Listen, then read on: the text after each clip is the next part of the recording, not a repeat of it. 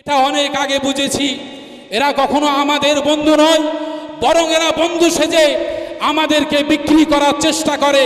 তাই সে আমাদের মতন মাথায় টুপি দেওয়া হোক, সে হাজি হোক, সে মাওলানা হোক, সে মুফতি হোক না কেন, এই জাতিকে বিক্রি করে নিজেরা বিক্রি হয়ে এই জাতিকে ভুল পথে পরিচালিত করে। তাই এই ষড়যন্ত্রকে 10 বছর আগে, 10 বছর পূর্বেই এই ষড়যন্ত্রের জাল বুঝতে পেরে এই ষড়যন্ত্রের জালটাকে ছিন্ন করে বাংলার মানুষের কানে কানে আওয়াজ তুলতে শুরু করেছিলেন। তখন আমরা অতটা বুঝতে পারিনি। আজকে আমরা যখন বুঝতে পেরেছি, তখন আমরা ইনশাল্লাহ ঐক্যবদ্ধভাবে কে কোন দল করে এটা দেখার দরকার নেই। আমাদের পূর্বপুরুষদের রেখে যাওয়া সম্পত্তি, মাদ্রাসা, মসজিদ, খানকা, এমনি করে কবরস্থান রক্ষার্থে আমরা আব্বাস সিদ্দিকী সাহেবের সঙ্গে আমরা ইনশাল্লাহ সদা সর্বদাই তার ডাকে হাজির হব ইনশাল্লাহ। একদিকে নামাজ যেমন ফরজ, হজ যেমন ফরজ, রোজা যেমন ফরজ, তদ্রূপ জেনে রাখবেন আমাদের পূর্বপুরুষদের সম্পত্তি, আল্লাহর নামে উৎসর্গ করা সম্পত্তি, এটাও আমাদের এমনি করে আমাদের রক্ষা করা ফরজ। তাই এটা রক্ষা করতে গিয়ে যদি আমাদের কলিজার খুন চলে যায়, আমাদের রক্ত বয়ে যায়, যদি আমাদের শহীদ হতে হয়, যেমন নামাজ, রোজা, হজ এই ফরজ আদায় করতে হয়, তদ্রূপ আমাদের এই সম্পত্তি আদায় করতে গিয়ে যদি আমাদের শহীদ হতে হয়, তবু আচ্ছা, তবে আমরা আব্বাস সিদ্দিকী সাহেবের সঙ্গে আমরা একসঙ্গে থেকে এই সম্পত্তি আমরা আমাদের কাছে রাখার চেষ্টা করব ইনশাল্লাহ। রাজি আছেন?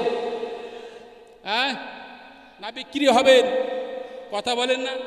দেখলেন না কিছুদিন আগে ফুরফুরা শরীফকে বাদ দিয়ে সিটিং চলছে, মিটিং চলছে, সমাবেশ হবে। আসলেই তো ধর্মতলায় সমাবেশ নয়,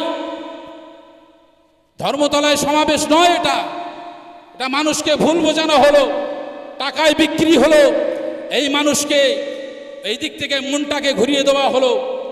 এই জাতি যদি এখনো সচেতন না হয়, এই জাতির যদি জ্ঞানের বিকাশ এখনো না হয়, তাহলে জেনে রেখে দেবেন, আমরা যতই চিৎকার করি না কেন, যতই যাই করি না কেন, রাতের অন্ধকারে যখন আপনি বিক্রি হবে, তখন আল্লাহর রাস্তায় দেওয়া সম্পত্তিও চলে যাবে। তখন কান্নার আমাদের চোখের পানি শেষ হয়ে যাবে, চোখ দিয়ে রক্ত বার হবে, তাও আমাদের কোনো উপায় থাকবে না। এটা আমাদের উপায় থাকবে না। সেই জন্যেই আজকের আমাদের এই ওয়াকফ কালা কানুনের বিরুদ্ধে মোদী সরকারের, এই বর্বর সরকারের এই কালা কানুনের বিরুদ্ধে যদি আমরা ঐক্যবদ্ধ না হতে পারি, শিক্ষিতদের মতন ঐক্য না হতে পারি, আমরা ধ্বংস হয়ে যাব, আমাদের সম্পদ শেষ হয়ে যাবে। তাই কাজী নজরুল ইসলাম, বিদ্রোহী কবি কাজী নজরুল ইসলাম, তিনি বড় দুঃখ করে, বড় আফসোস করে এই মুসলমান জাতির দিকে লক্ষ্য করে বলেছিলেন, বাহিরেও মরিয়াছি যত, ভিতরেও তত, বাড়িয়া চলিয়াছি মোরা গরু ছাগলের মতো। বাহিরেও মরিয়াছি যত, ভিতরেও তত। বাইরে আমরা অন্য জাতির কাছে মার খাচ্ছি। আজকের পরিযায়ী শ্রমিক যারা আছে, তারা তামিলনাড়ু, গুজরাট, সুরাট, বোম্বাই, দিল্লি যারা কাজ করছে, তাদেরকে মুসলিম চিহ্নিত করে করে তাদেরকে মারা হচ্ছে। বাইরে যেমন মার খাচ্ছি, তেমনভাবে আমাদের ভিতরেও আমরা মার খাচ্ছি। আমাদের ঈমান দুর্বল করা হচ্ছে। কথা ঠিক না ভুল? আমাদের ঈমান নষ্ট করা হচ্ছে। যখন ঈমানি পাওয়ার নষ্ট হয়ে যাবে, এই মুসলমানের নামাজ, এই মুসলমানের রোজা, এই মুসলমানের দোয়া আল্লাহর দরবারে কবুল হবে না। তাই ভিতরেও মারার চেষ্টা হচ্ছে। বাড়িয়া চলিয়াছি মোরা গরু ছাগলের মতো।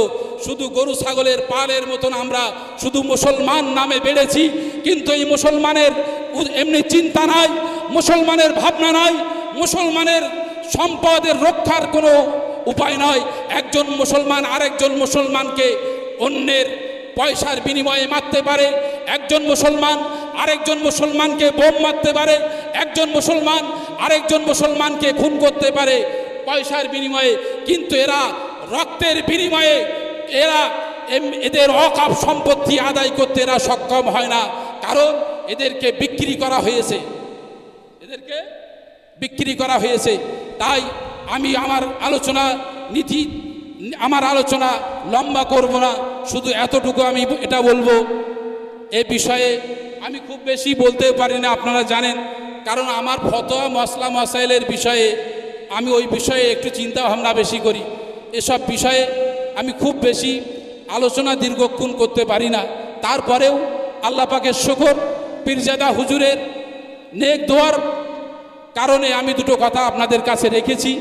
আরেকটি কথা আমি বলছি, আমি ইমাম গাজ্জালি রহমাতুল্লাহ আলাইহের একটি জীবনী পড়েছিলাম ফার্সিতে। ওই জীবনীর নাম হচ্ছে শরে হাল ইমাম গাজ্জালি। দেখেন, আজকের যে মানুষটা আমাদের কাছে ছোট বলে মনে হচ্ছে, যে মানুষটাকে আমরা বাচ্চা মনে করছি, যে মানুষটাকে আমরা মনে করছি ওনার কোনো পাওয়ার নেই, আজকের সেই মানুষটার জন্য আপনারা এসেছেন, এই ময়দান ভরেছেন। আল্লাহ পরিবেশ ভালো রাখলে আরও আসতেন। তো ইমাম গাজ্জালি রহমাতুল্লাহ আলাইহে যখন গাজ্জাল শহর থেকে কিতাবগুলো মাথায় নিয়ে মক্কা শরীফের ইমামের কাছে যখন তিনি হাদিস পড়তেন, 1 তারিখে ওনার ইমাম সাহেব তিনি বড় আনন্দের সঙ্গে বলেছিলেন, আজ শাগরেদানে ইমামে হারামাইন আবু মাআলি জওয়ানিয়াস কে বাদাস্তানে চিনিনে শাগরেদি ও ইফতেখার সার বুলন্দাস। এই আমার ছাত্ররা তোমরা দেখে নাও, ওই ছোট্ট বাচ্চা গাজ্জাল শহর থেকে আসে আবু হামিদ গাজ্জালি। আমি তার জন্য দোয়া করি, কারণ আল্লাহ এই ছোট্ট বাচ্চাকে একদিন বিশ্বের দরবারে এত বড় করবেন, বিশ্বের দরবারে মাথা উঁচু করে দাঁড়াবে, ইমামদের নেতা আল্লাহ বানাবেন। সেদিনকে সমস্ত মানুষের মাথা উঁচু হয়ে যাবে। ইমাম গাজ্জালি রহমাতুল্লাহ আলাইহির ফালসাফা দর্শন বাংলা পৃথিবীর মানুষ গ্রহণ করবে।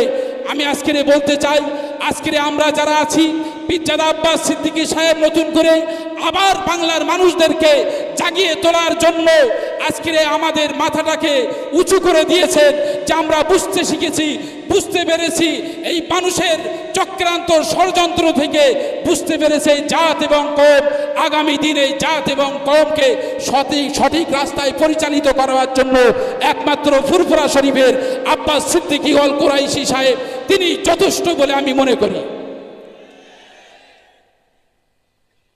এতটুকু সংক্ষিপ্ত আলোচনা আমি রেখে আপনাদের সকলকে আমার পক্ষ থেকে আন্তরিক মোবারকবাদ ও সালাম জানিয়ে ফুরফুরা শরীফ আহলে সুন্নাত আল জামাত জিন্দাবাদ, জয় হিন্দ, জয় ভারত।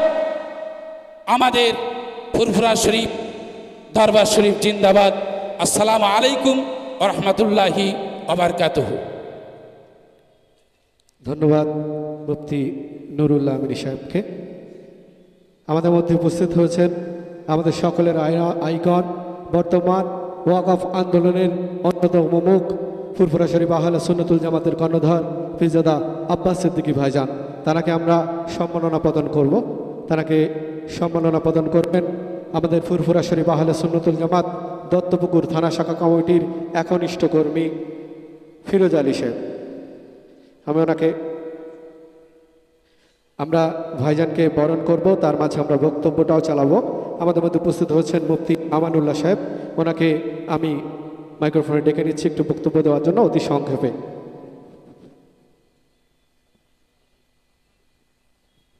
আসসালামু আলাইকুম।